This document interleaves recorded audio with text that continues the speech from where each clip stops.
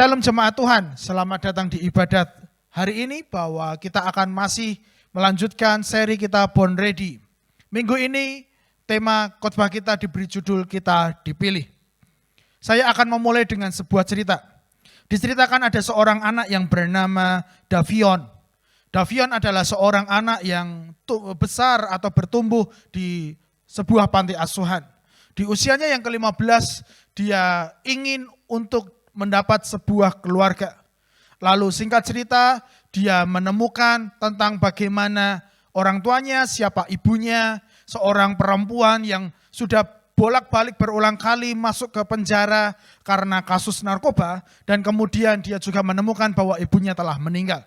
Dan di usia yang ke-15 dia ingin supaya dia masuk kepada sebuah keluarga dan hidup normal seperti anak-anak laki-laki yang lainnya. Dan karena sebuah sistem, maka di usia 16 dia baru bisa diadopsi oleh sebuah keluarga. Maka dalam 1 tahun itu dia berusaha supaya ada orang atau ada keluarga yang tertarik memilih dia untuk diadopsi. Dan dalam 1 tahun itu dia bekerja dengan keras, dia belajar dengan keras, berusaha dengan keras. Sehingga dia mencapai penurunan berat badan sekitar 18 kg. Lalu dia dalam sekolah juga mendapatkan sebuah nilai yang sangat baik, hampir semua A, demi sebuah keluarga yang baru. Dan suatu hari dia datang ke sebuah gereja, lalu dia mengumumkan dirinya. Dia meminta waktu untuk berbicara, mengumumkan dirinya bahwa dia mau masuk kepada sebuah keluarga dan dia berharap ada keluarga yang memilihnya. Dia mengatakannya seperti ini, nama saya Davion dan saya telah berada di panti asuhan sejak lahir. Saya tahu Tuhan belum menyerah pada saya, jadi saya juga tidak menyerah. Saya akan menerima siapa saja, baik tua atau muda, ayah atau ibu, hitam, putih maupun ungu untuk menjadi keluarga saya. Saya tidak peduli siapa mereka dan saya akan sangat menghargai setiap pilihan untuk mengadopsi saya. Saya akan melakukan yang terbaik yang saya bisa. Dan akhirnya anak ini dipilih oleh seorang pekerja sosial yang bernama Connie Going. Dia berusaha sekuat tenaga memperbaiki dirinya, memperbaiki bentuk badannya, memperbaiki dirinya supaya mempunyai talenta, kemampuan, supaya orang tertarik memilihnya. Adalah sebuah cerita yang sangat mengharukan, menyedihkan. Ada seorang anak yang rindu punya keluarga dan sebelum dia bisa diterima atau supaya dia bisa diterima, supaya dia bisa dipilih, dia memperbaiki dirinya. Tetapi jemaat Tuhan, hari ini saya memberitahu kepada kita, apapun keadaanmu, apapun background keluargamu, apapun yang engkau miliki sekarang, Tuhan senang atas dirimu dan Tuhan memilih engkau. Tuhan telah memilih engkau. Tuhan telah memilih engkau untuk menjadi bagian kerajaan Allah. Tuhan sudah memilih engkau untuk mengerjakan rencananya yang besar bagi dunia ini. Dia Tuhan sudah mempunyai dan sedang mengerjakan rencananya yang besar bagi dunia ini, bagi hidup seseorang. Dan Tuhan memilih Anda untuk menjadi bagian rencana besar tersebut supaya itu segera terjadi. Mari kita belajar bersama-sama dari Markus pasal 3 ayat 13 sampai 15. Sebuah kisah yang menggambarkan bagaimana Kristus memilih ke-12 murid. Kemudian naiklah Yesus ke atas bukit, ia memanggil orang-orang yang dikehendakinya dan mereka pun datang kepadanya. Ia menetapkan 12 orang untuk menyertai dia dan untuk diutusnya memberitakan Injil dan diberinya kuasa untuk mengusir setan. Ini adalah inisiatif Tuhan, ini adalah proaktifnya Tuhan untuk memilih seseorang masuk dalam rencana Allah yang besar. Kita tahu bagaimana nama-nama itu disebutkan di ayat 16-19. Ke-12 orang yang ditetapkannya itu ialah Simon, lalu Yakobus anak Zebedeus, Yohanes saudara Yakobus, yang keduanya diberi nama Boanerges yang berarti anak-anak guru.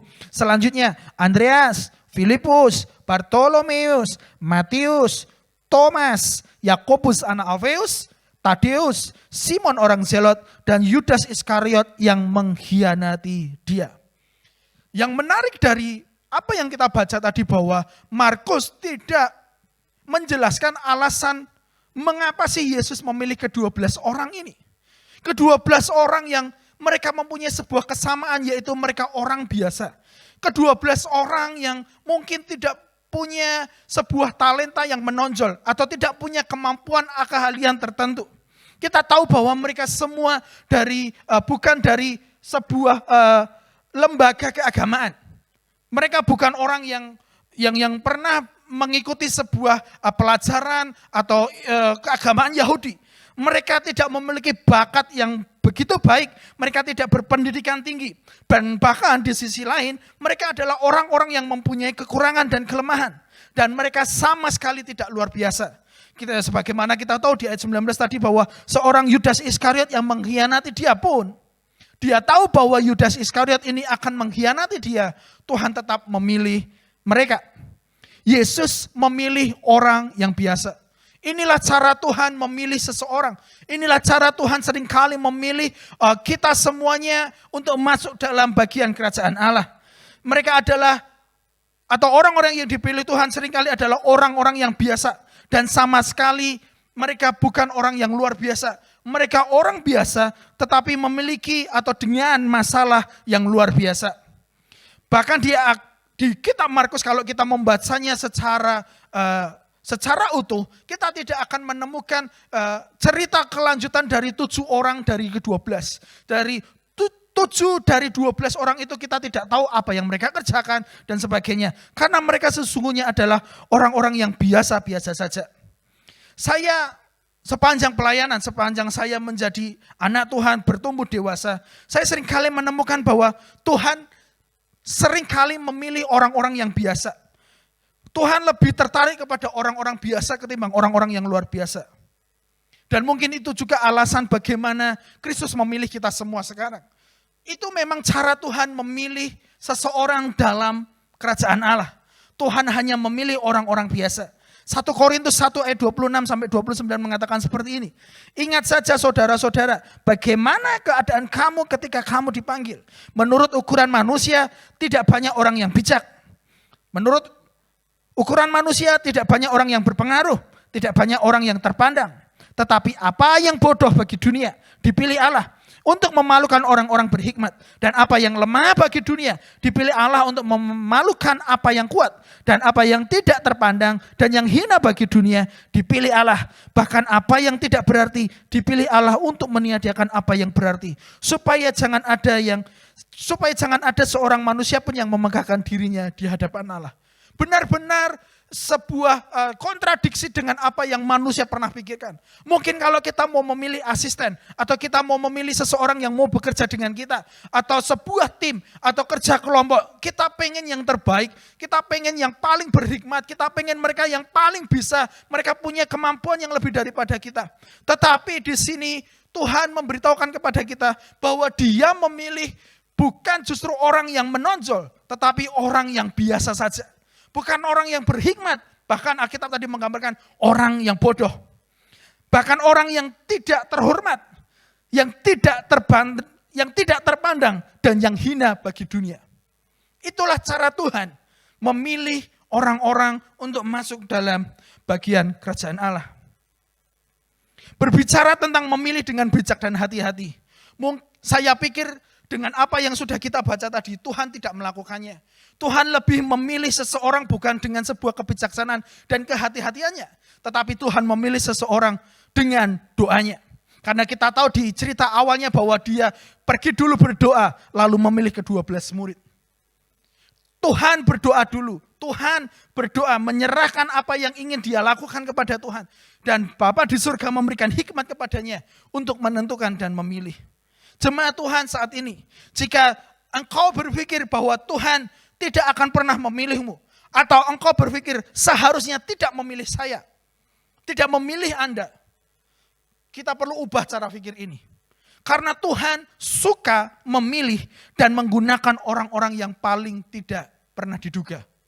Orang yang mungkin tidak pernah muncul di pikiran orang lain untuk dipilih, malahan orang seperti itulah yang akan dipilih oleh Tuhan. Jadi jangan pernah minder, jangan pernah ragu, atau jangan pernah berpikir engkau tidak layak. Justru karena itulah engkau dipilih Tuhan, supaya kita bisa bekerja bersama-sama dalam kerajaan Allah. Seseorang ada yang berkata seperti ini, Tuhan tidak memanggil yang mampu.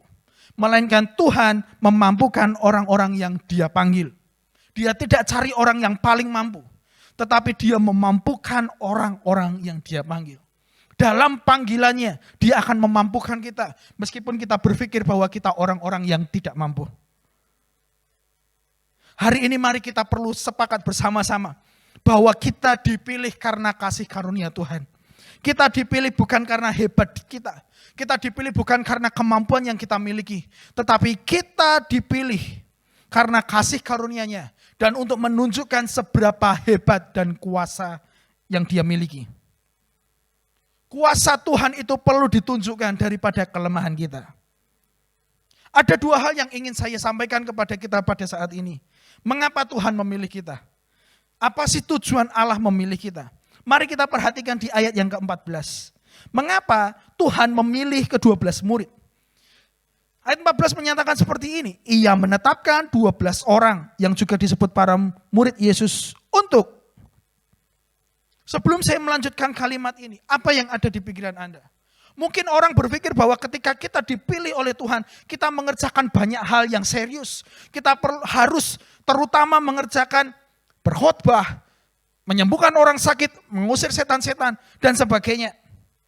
Tetapi di ayat 14, yang pertama kali diminta Tuhan, yang pertama kali yang diinginkan Tuhan, bukanlah mengerjakan sesuatu.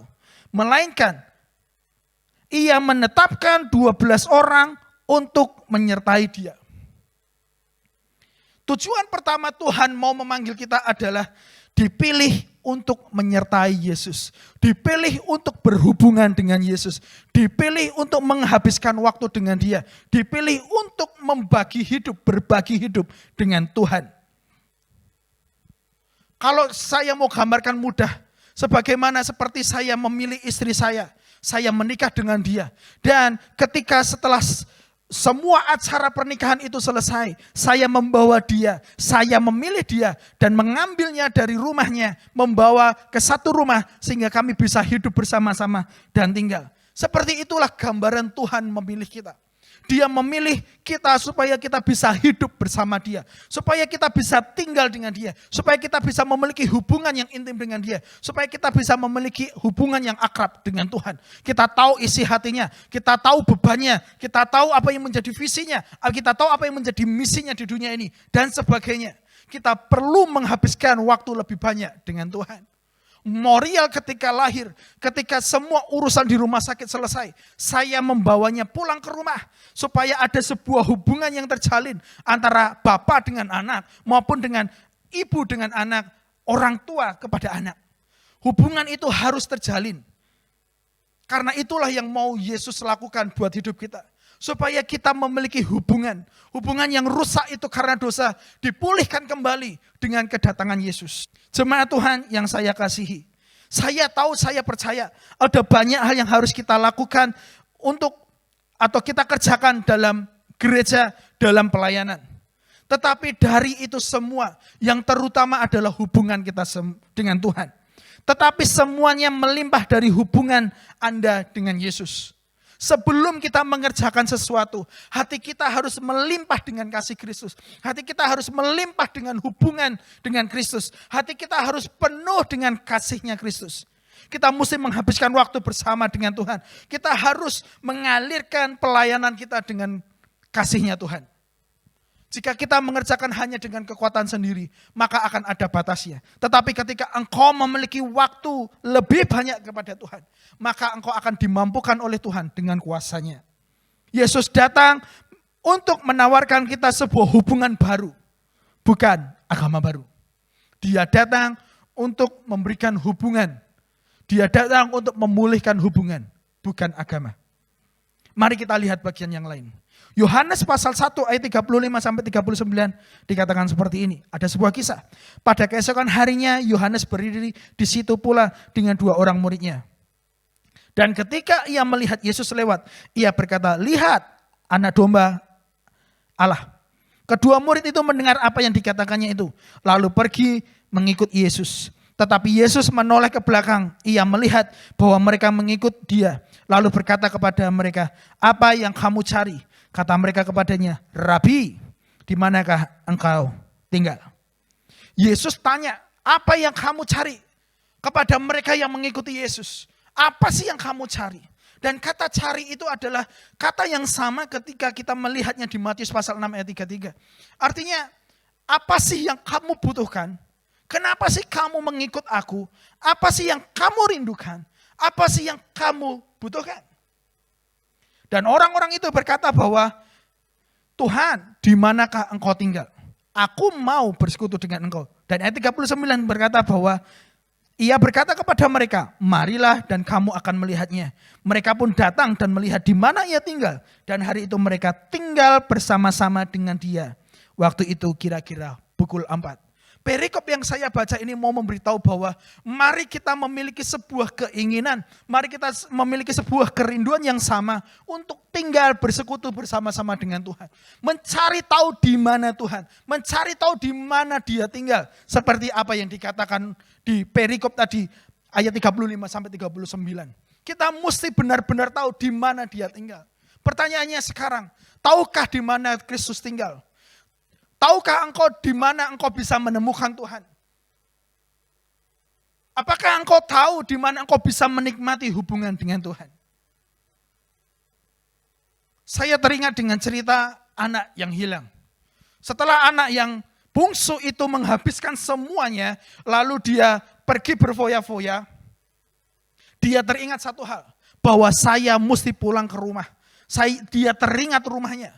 Dan dia kembali kepada rumahnya dan bersekutu dengan bapaknya, hidupnya dipulihkan.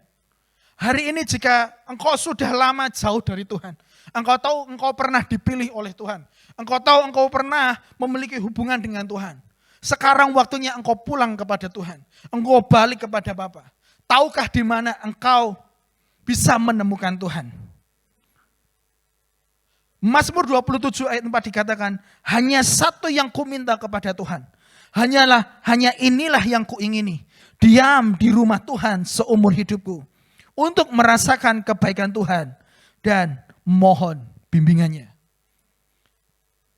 Hari-hari ini mari kita penuhi hati kita, penuhi pikiran kita dengan Mazmur Daud ini. Bahwa cuman satu yang kita minta, cuman satu yang kita ingini, yaitu diam di rumah Tuhan dan memohon bimbingan Tuhan. Saya sudah mempelajari begitu banyak tokoh yang dipakai oleh Tuhan. Baik yang ada di Alkitab maupun mereka yang berada di masa kini. Yang ada di zaman kita sekarang. Hampir semua mereka yang dipakai oleh Tuhan.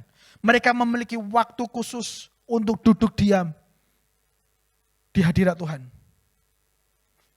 Kita tahu, saya ambil contoh, gereja paling besar di dunia adalah gereja Pastor Yonggi. Entah mungkin sekarang sudah berubah, ada gereja lain yang lebih besar. Yang saya tahu sebelumnya adalah beliau adalah memiliki gereja yang terbesar di dunia. Beliau selalu memberikan hidupnya, waktunya dalam satu hari minimal 3-5 jam untuk berdoa di kaki Tuhan. Dia bersekutu dengan Tuhan, dia berbicara dengan Tuhan. Hari ini jemaat Tuhan, mari kita mencari Tuhan lebih sebelum kita melakukan setiap tanggung jawab kita.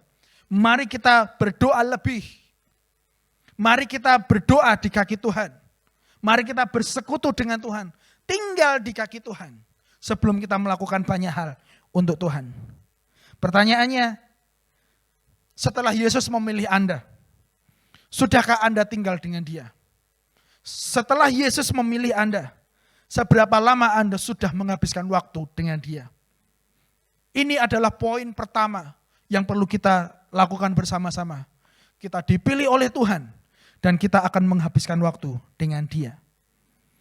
Setelah kita dipilih untuk menghabiskan waktu dengan Tuhan, menyertai Tuhan, hidup bersama dengan Tuhan, kita dipilih untuk melakukan kehendak Tuhan.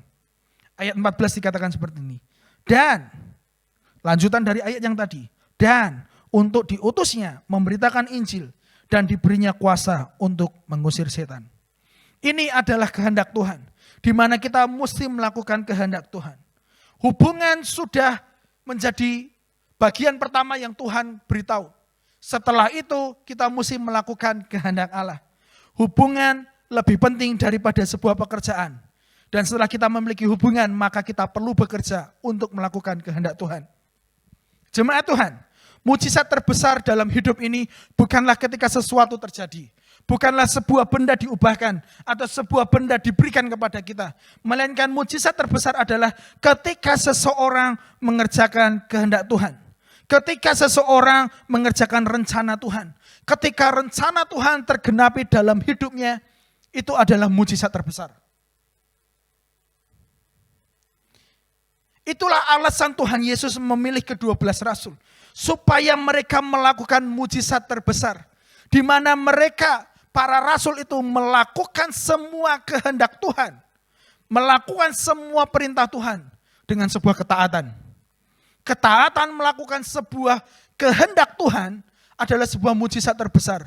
Dan itu yang harus dilakukan oleh para murid dan kita semuanya. Saya sering mendengar bahwa doa yang berkuasa adalah ketika mujizat terjadi. Ketika kesembuhan terjadi. Ketika Tuhan mencukupkan setiap kebutuhan yang kita lakukan. Doa yang paling berkuasa bukan hanya sebatas itu semua. Doa yang paling berkuasa adalah ketika doa itu mengubahkan diri saya. Ketika doa itu mengubahkan diri kita semua. Itu adalah sebuah doa yang berkuasa. Karena seringkali mengubah diri kita sendiri itu adalah hal yang paling sulit. Ketimbang kita meminta sesuatu Tuhan untuk memberikan kepada kita. Doa itu harus mengubah kita. Doa itu harus membawa perubahan dalam kehidupan kita. Doa itu harus membuat kita berubah dan kita membawa suatu perubahan dalam kehidupan atau sekitar kita. Jadi kita membawa perubahan itu yang sesungguhnya sudah diubahkan Tuhan dulu dalam hidup kita. Dan orang bisa menikmatinya. Di saat kita meminta sebuah damai sejahtera, tinggal di dalam sebuah rumah, katakanlah. Doa itu harus mengubah kita supaya kita membawa damai sejahtera ke tengah-tengah mereka. Ketika kita berdoa, Tuhan, utuslah seseorang untuk melakukan ini. Dan seharusnya doa itu mengubah kita untuk merelakan diri kita diutus oleh Tuhan melakukan sesuatu. Hari ini jemaat Tuhan yang saya kasih, Tuhan memilih Anda untuk bekerja bersama-sama dengan Dia.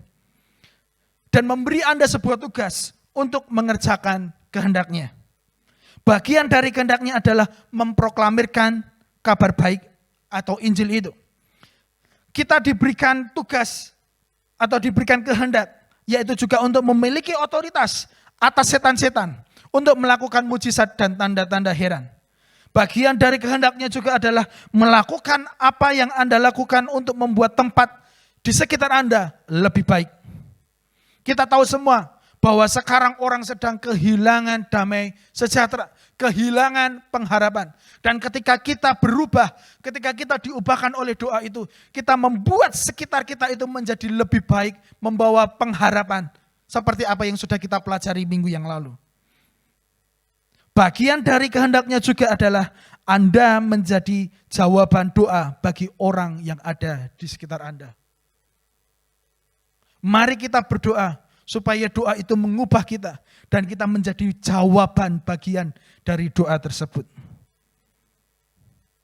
Ketika kita meminta mengutus orang, Tuhan utuslah melakukan ini dan itu dan sebagainya.